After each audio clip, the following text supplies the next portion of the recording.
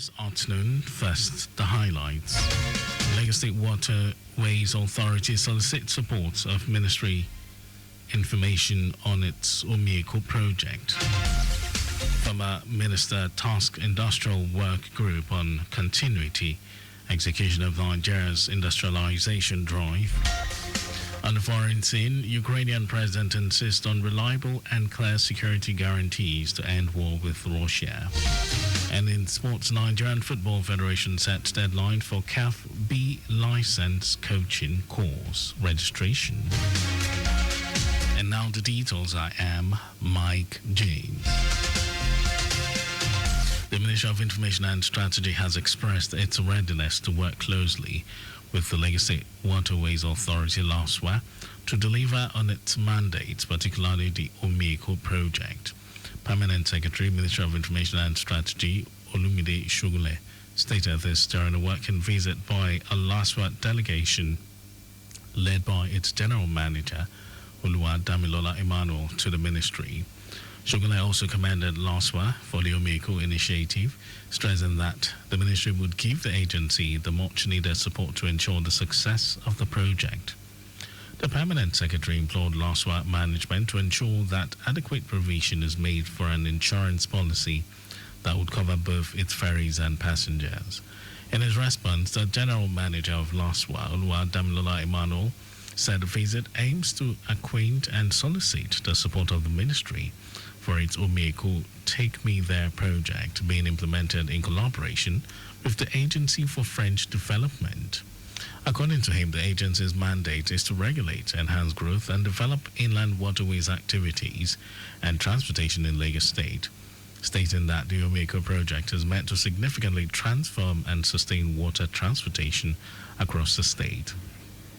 Emmanuel explained that some of LASWA's initiatives include a newly designed and fully equipped command and control center, which enables the agency to monitor water transportation in real time, and ongoing development and management of terminals and jetties on the inland waterways.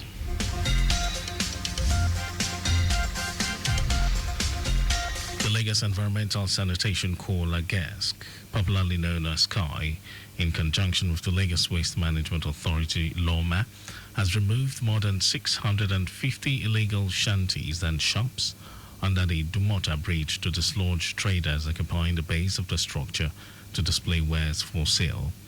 This is in continuation of efforts to restore environmental sanity across the metropolis.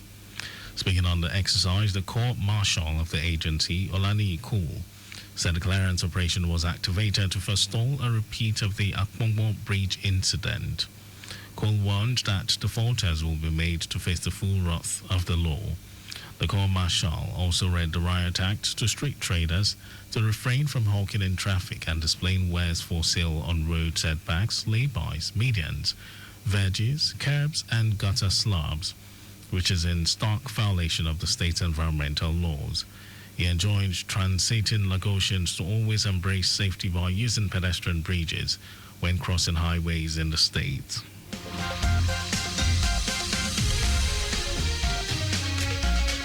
The Lagos State Head of Service, Bode Aguru, has emphasized the need for internal auditors to adapt to the digital age by acquiring skills in data analytics, cybersecurity, and digital transformation. Speaking at the opening session of the 17th annual retreat for internal auditors in Ikeja, Aguru noted that technological advancements are reshaping the auditing profession. He stressed that auditors must go beyond traditional financial reviews and evolve into strategic advisors within government processes.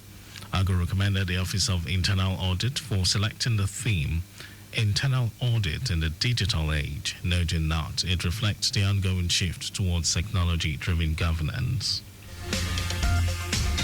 And now to the rest of the stories.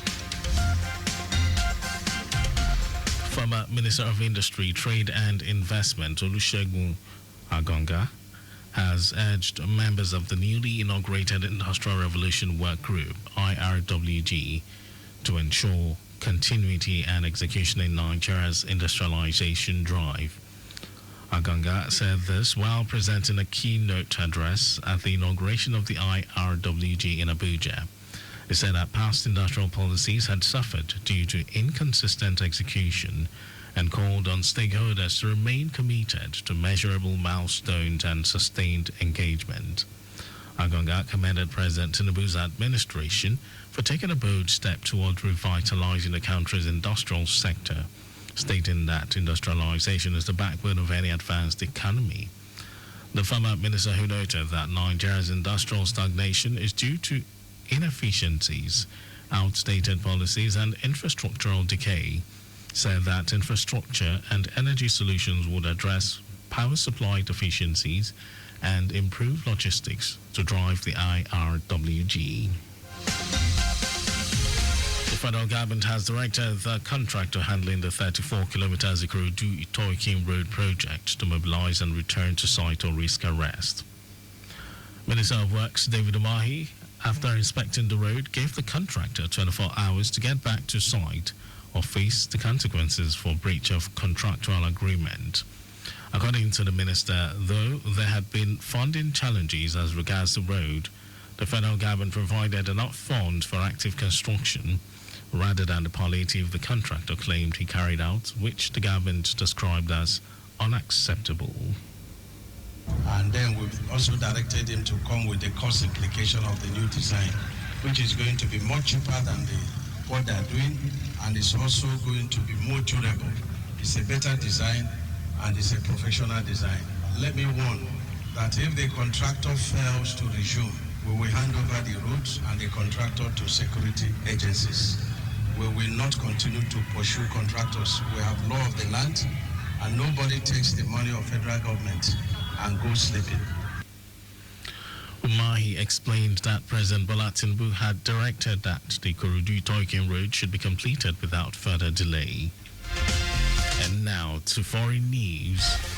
Ukrainian President Volodymyr Zelensky says he has discussed the need for reliable and clear security guarantees to end ongoing war during a meeting with United States President Donald Trump's envoy. The duo met in Kyiv as Ukrainian sources tell journalists that Trump envoy Keith Kellogg appears increasingly sidelined by the Trump administration.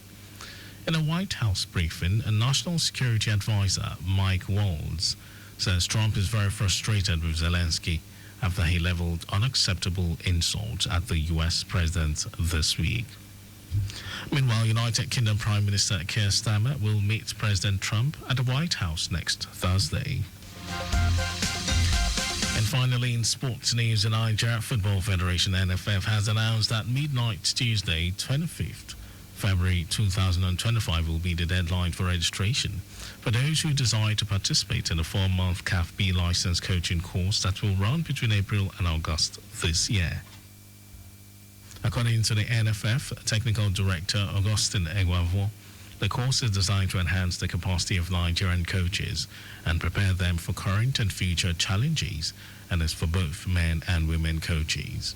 Last year, the NFF organized a CAF C license program exclusively for women, the first ever, which drew 30 women coaches from across the country, including a good number of former Nigerian international players. The 3-module course took place between July and September 2024. And that was our news at 12, but just before we go, speed thrills but kills. Please do not drive beyond specified speed limits. You can follow us and like all our various social media platforms: X, Traffic Radio 961, Facebook, Lagos Traffic Radio 96.1 FM, Instagram, Lagos Traffic Radio 961. Subscribe and watch our news and programs. It's live on YouTube, Traffic Radio 961. You can also visit our website, www.trafficradio961.ng. Did you know that the Sanwo-Olu administration provided 450,000 pupils with e-learning devices? You can get details on this. It's on the Legacy Government website. And to end the news, here are the highlights of the major stories. The Ministry of Information and Strategy has expressed its readiness to work closely with the Legacy Waterways Authority LASWA to deliver on its mandate, particularly the Omieko project. Former Minister of Industry, Trade and Investment, Olusegun Agonga, has urged members of the newly inaugurated Industrial Revolution Work Group, IRWG, to ensure continuity and execution in Nigeria's industrialization drive.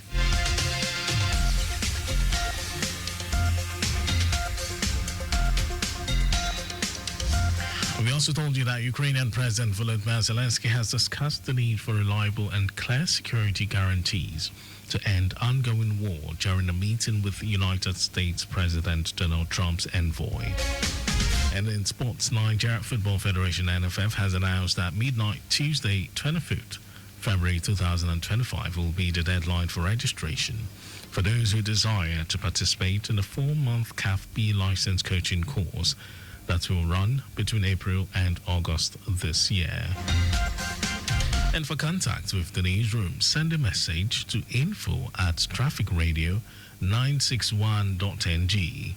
And that ends the news broadcast compiled by Kayode Mafalashiri. Thank you for listening, Lagos. My name is Mike James. Good afternoon.